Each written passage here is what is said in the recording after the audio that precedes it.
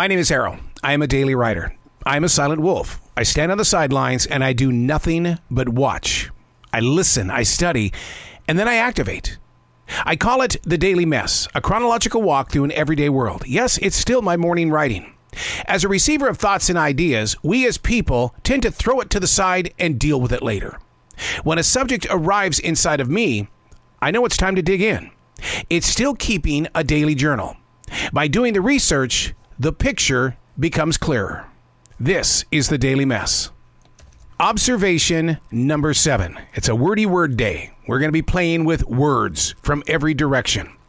The first two words, urges and craving. Two almost completely different expectations needing to be met, but completely different on the curves of requirement. Cravings are usually associated with a desire for a substance. Urges, on the other hand, refer to the actions and or behaviors. As a third-degree black belt in martial arts, we learned in the opening stages of this journey how important the intake of water really is before coming to class. If you're craving water while in class in the dojang, it's too late. Your body was deprived before you even got there. The urge to drink water before class to me was an act of awareness. I know how my mind, body, and soul are going to work when it begins craving water. Anyone who is engaged in addictive behavior will experience uncomfortable cravings. I'm more than a daily writer. It consumes me like an addiction. Without my daily writing, my emotions become infected.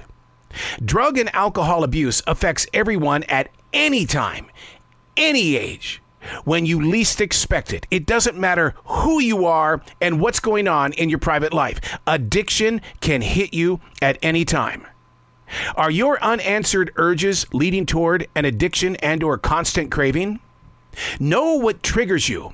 Study your urges and where they're coming from. Knowing a better you is worth the recovery. Hey, coming up next, two more words. Depth versus debt. Is there a difference? Well, if so, what do we do? Hey, welcome back to the Daily Mess. Observation number 8. Depth versus debt. While working with depth, dictionary.com explains it as the distance between the top or surface to the bottom. The quality of being intense or extreme, which says a lot about the word depth.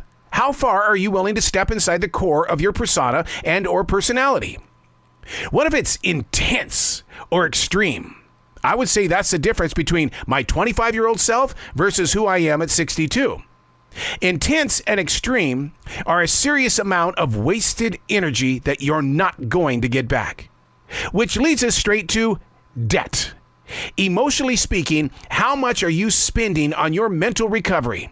What is your debt? How can we lend a helping hand when developing a better relationship to what true success is versus being a real tight ass? I wonder if they realize that being a tight ass is actually worn on their face as well. Now get this, the number one reason for being a tight ass, it's their financial situation. It's the fear of spending money or wasting money. The fear of living in poverty. Most leaders, according to this business report, most leaders in business who are strict and play hardcore by the rules are anxiety-driven, stressed out worrywarts who don't want to lose their footing in the world of business due to other people's shortfalls. Depth versus debt. How much are you willing to go inside by way of depth to locate why it is you're spending so much time and energy wasting your debt on recovery? I'm Arroe, and that's the Daily Mess.